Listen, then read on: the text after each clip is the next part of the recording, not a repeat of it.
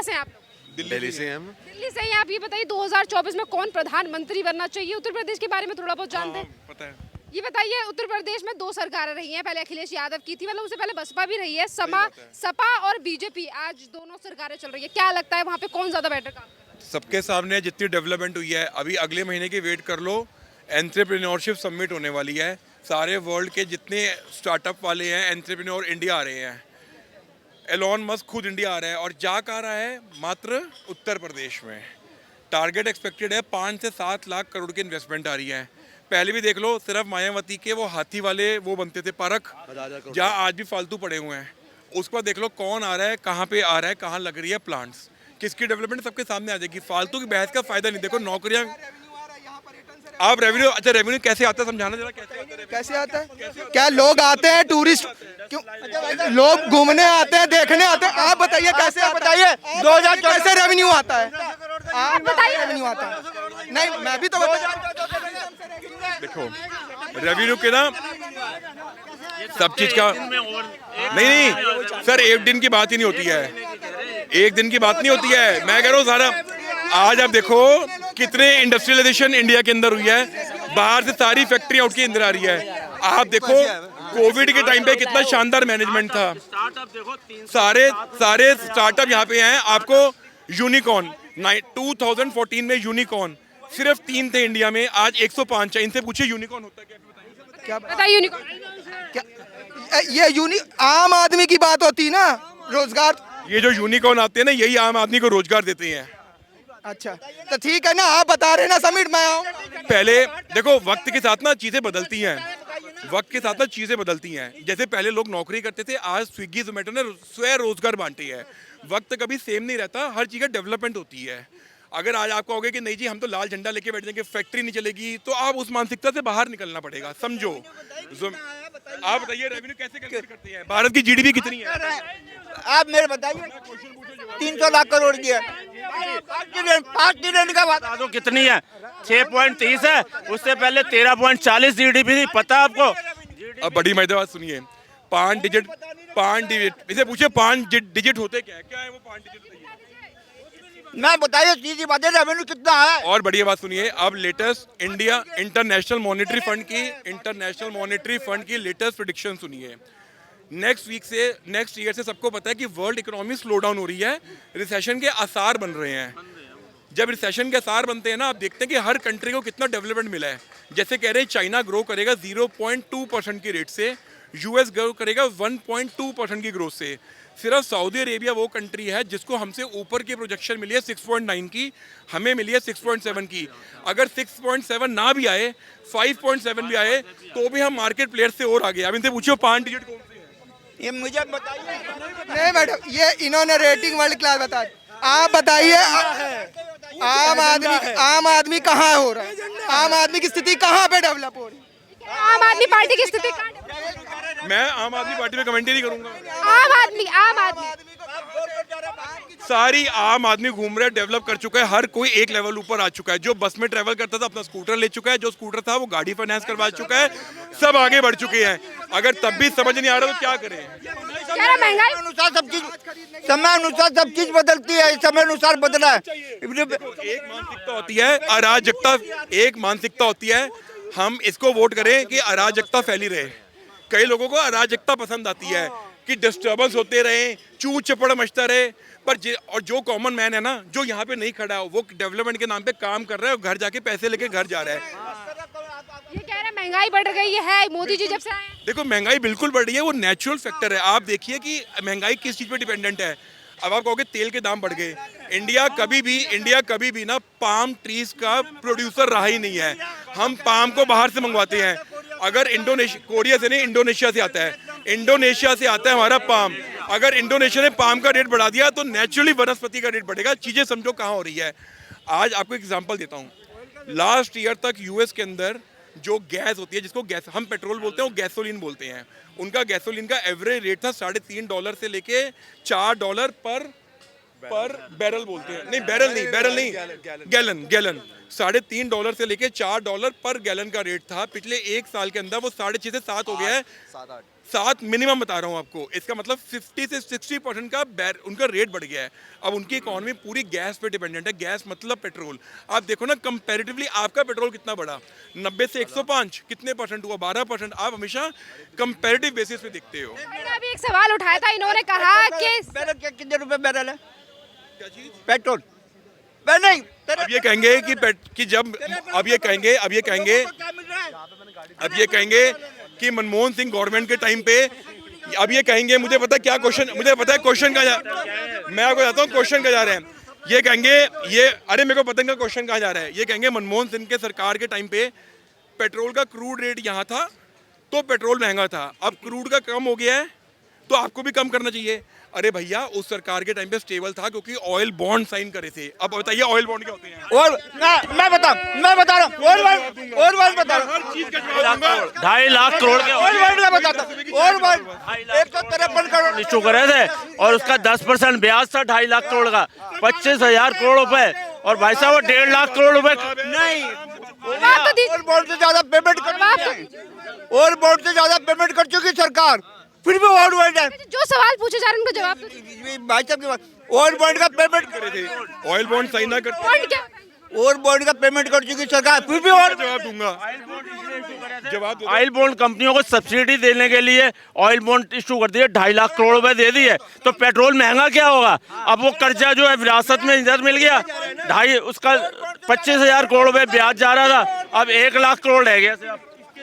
पता है आप एक चीज देखिए, एक बोलते हैं आपदा में अवसर, एक होता है हर चीज में अपॉर्चुनिटी निकालना। ये कंट्री हर चीज में अपॉर्चुनिटी निकाल रही है, शुक्र मनाइए ऊपर मोदी जी बैठे हैं। लेटेस्ट एग्जांपल लो, यूक्रेन रशिया का वॉर हुआ, अमेरिका ने हमारे को धमकी देने की कोशिश करी, हमने उसमें भी अवसर निकाला। आज हम अपना सारा तेल 40% मेजर रशिया से लेके आ रहे हैं लोकल रेट में। अगली चीज सुन लीजिए, अब हम उनसे रुपए, अब मैंने कहा था अगला क्वेश्चन मुझे पता क्या है कि क्या बोलेंगे कि रुपए में क्यों नहीं कर रहे। रातों रात आप टर्म्स चेंज नहीं कर सकते हैं। सारे सऊदी कंट्रीज की एक रिक्वायरमेंट है कि जितनी पेट्रोल की डीलिंग होगी यूएस में होगी, जिसको बोलते हैं यूएस डॉलर पेट्रोल रेट।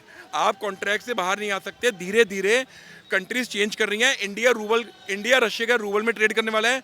आज सुबह का गूगल उठा के अगर थोड़ा पढ़ना आता है, अब अगली नहीं, मुझे कुछ नहीं पता, ये सब कुछ इनको पता है।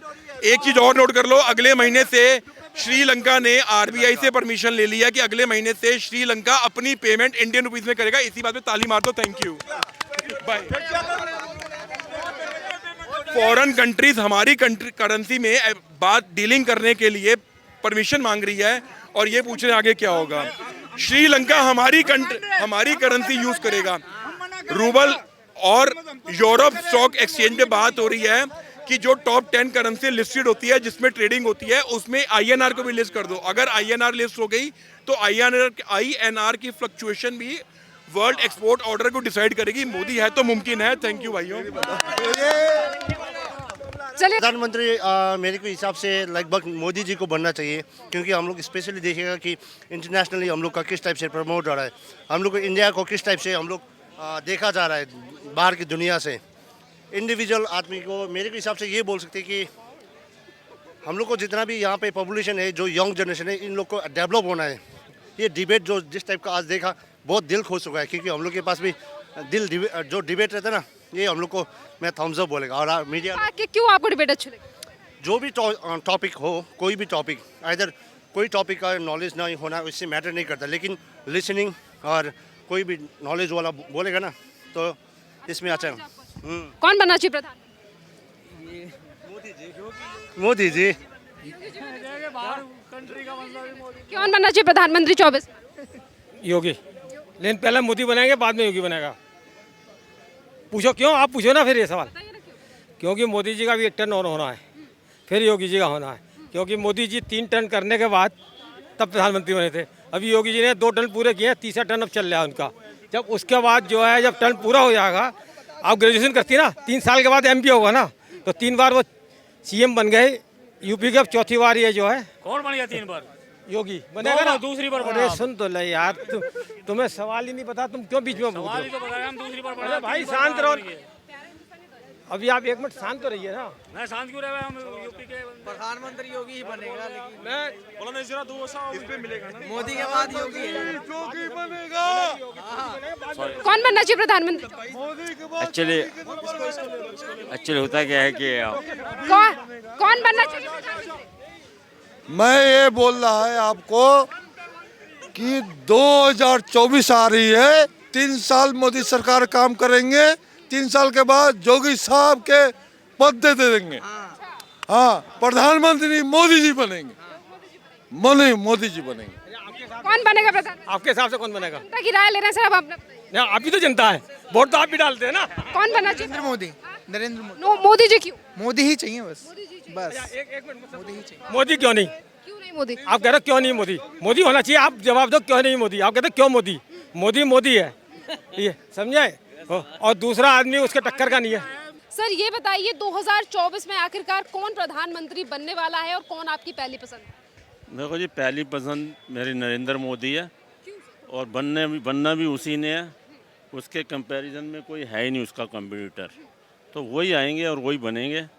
और 2024 और 2029 में भी बीजेपी आएगी, उस टाइम योगी जी बनेंगे। सर आप क्यों चाहते हैं कि बीजेपी आए और आपने क्यों कहा है कि सिर्फ मोदी जी ही आए?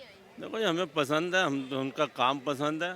हम भी कांग्रेस को वोट देते थे, ऐसी बात नहीं है। 2014 से पहले हमने भी कांग्रेस को दिया, लेकिन अब हमें पसंद है क्योंकि वो उनके अंदर जिगर है, वो काम कर सकते हैं। और कोई काम कंपैरिजन है ही नहीं इन दोनों का, कहीं भी है कंपैरिजन नहीं है। और काम अगर देखोगे तो अभी आपने देखा होगा नेशनल सिक्योरिटी, जो नेशनल फूड सिक्योरिटी एक्ट और जो प्रधानमंत्री गरीब कल्याण योजना स्कीम है, उन दोनों को उन्हें मर्ज किया है।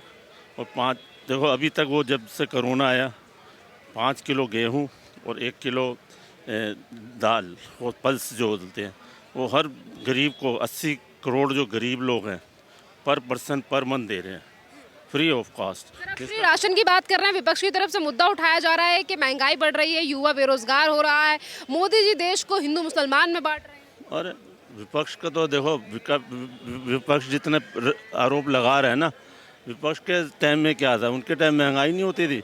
उनके टाइम मैंने देखा है कि कई बार गवर्नमेंट गिरी है, प्याज की महंगाई की वजह से गवर्नमेंट गिरी है दिल्ली के अंदर, ऐसा मैंने देखा। विपक्ष के टाइम भी बहुत महंगाई होती थी, और वो कौन सा नौकरियां दे रहे थे।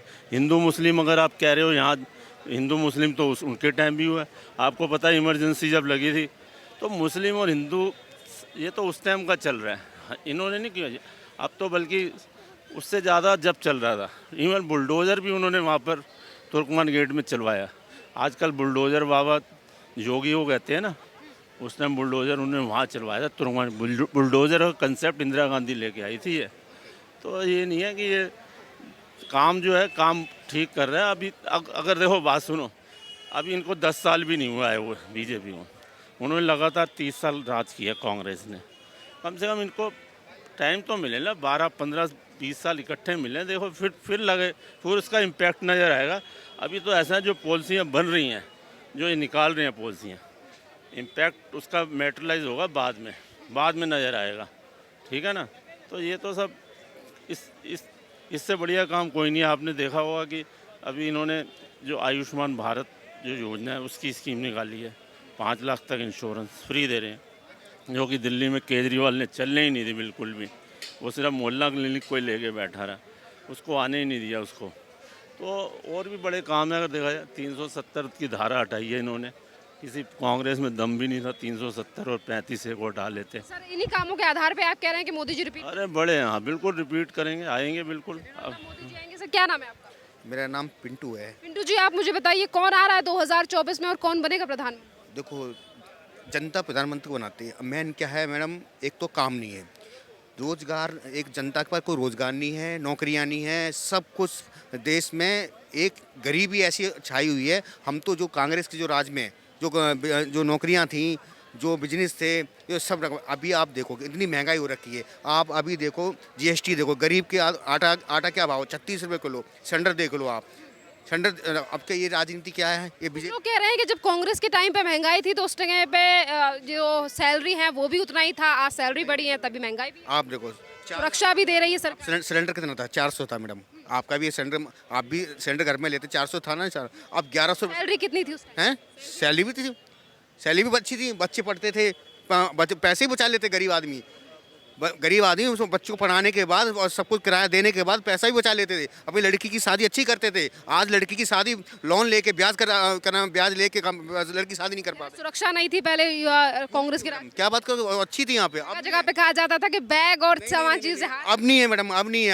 अब हालात खराब है। अब कौन चाहते हैं आप प्रधानमंत्री? प्रधानमंत्री देखो अब कौन बनेगा, जनता चाहे, जनता करेगी। आप जनता का हिस्सा हैं, आप क्या चाहते हैं? कौन बनना चाहिए? राहुल गांधी बनना चाहिए हमारे तो, बिल्कुल। कितना असर पड़ेगा भारत जोड़ो यात्रा? बहुत पड़ेगा। आप देख रहे कितनी भीड़ है, कितना।